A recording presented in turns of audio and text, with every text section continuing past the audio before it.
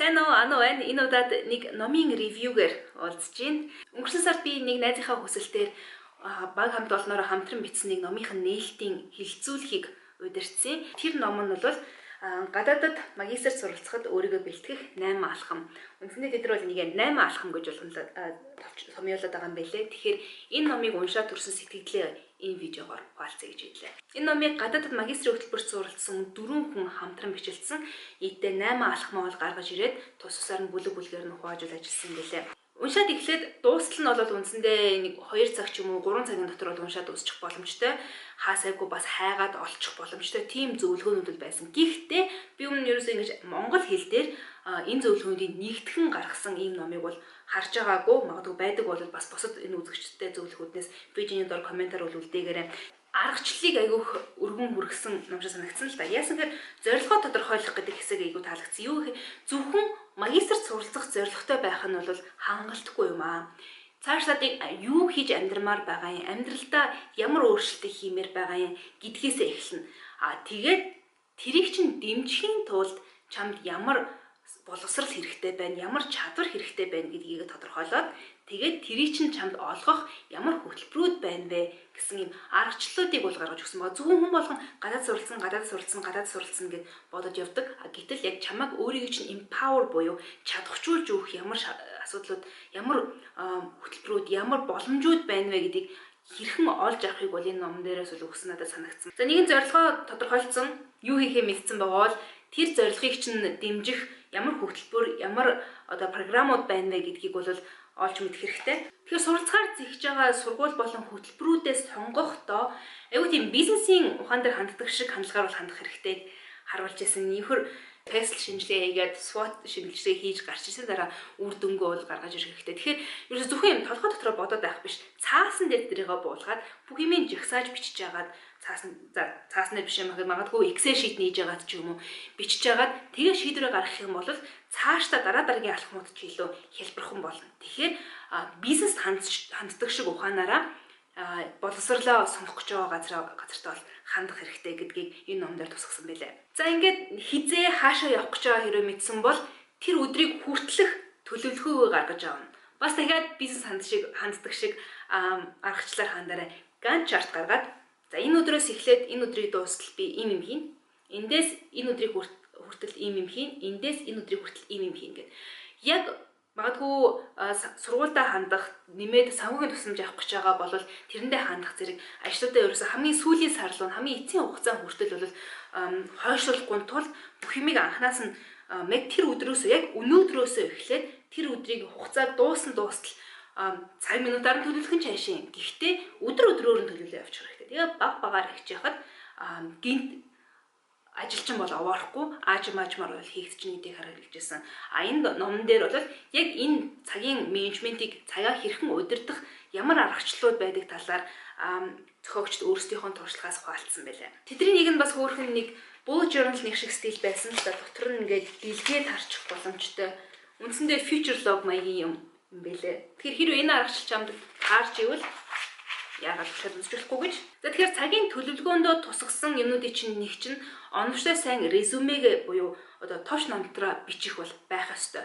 Сургууль руугаа явуулж байгаа, магадгүй тэтгэлэг авах гэж байгаа агентлаг руугаа явуулж байгаа өөрийгөө танилцуулах юм захидал байгаа. Монголчуудын резюмен дээр гаргадаг нэг алдаа нь хэтэрхий их мэдээллийг бол агуулцдаг. Яг энэ резюмег чинь шүүж уншиж байгаа хүмүүс бол ерөөс хэдхэн секундын л хугацаа байгаа.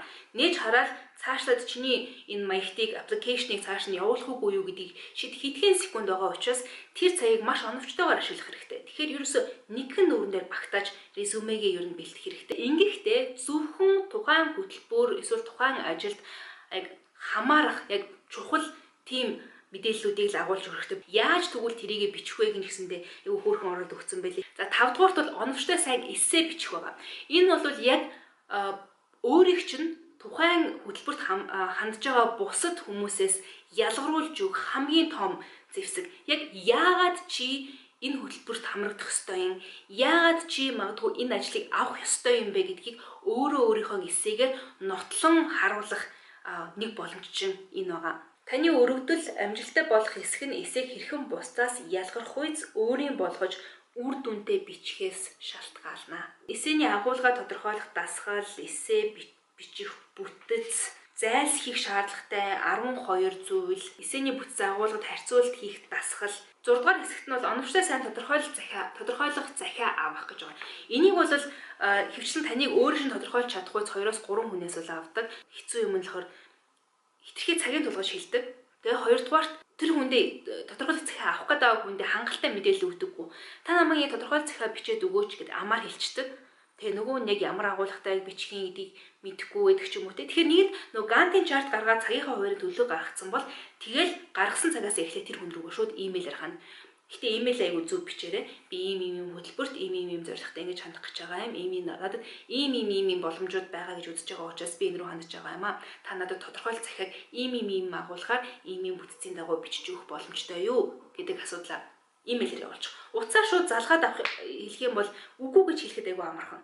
Гэхдээ имэйлээр явуулчаа дараа нь магадгүй би тань руу нэг хүсэлт имэйлээр явуулчлаа та уншиж танилцаад боломжтой үеэрээ хариулах боломжтой юу гэх мэт ч юм уу. Ийм байдлаар авах юм бол шууд татгалзах боломж нь бас буурдаг. Ийм төрлийн типүүдийг бол энэ номон дээр багтаасан байлээ.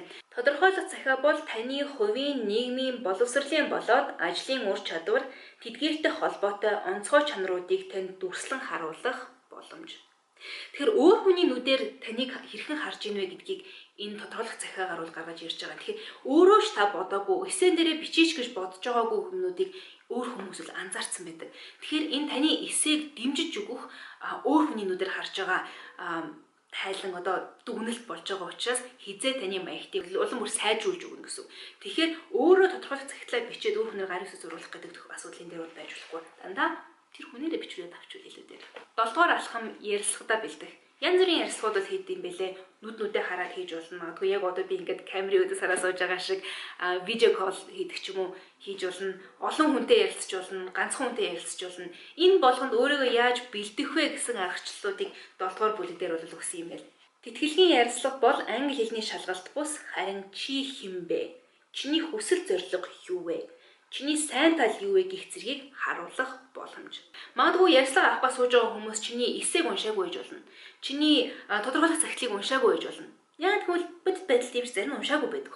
Тэгэхээр яг энэ ярилцлагын үеэр өөрийгөө батлан харуулах, дахиад яг эсээгээ, дахиад тэр тодорхойлох захидлаа нотлон харуулах боломж чинь ярилцлагч юм байна. Алхам 8 суралцах газар очихоос өмнө өөрийн бэлтгэлээ хангах.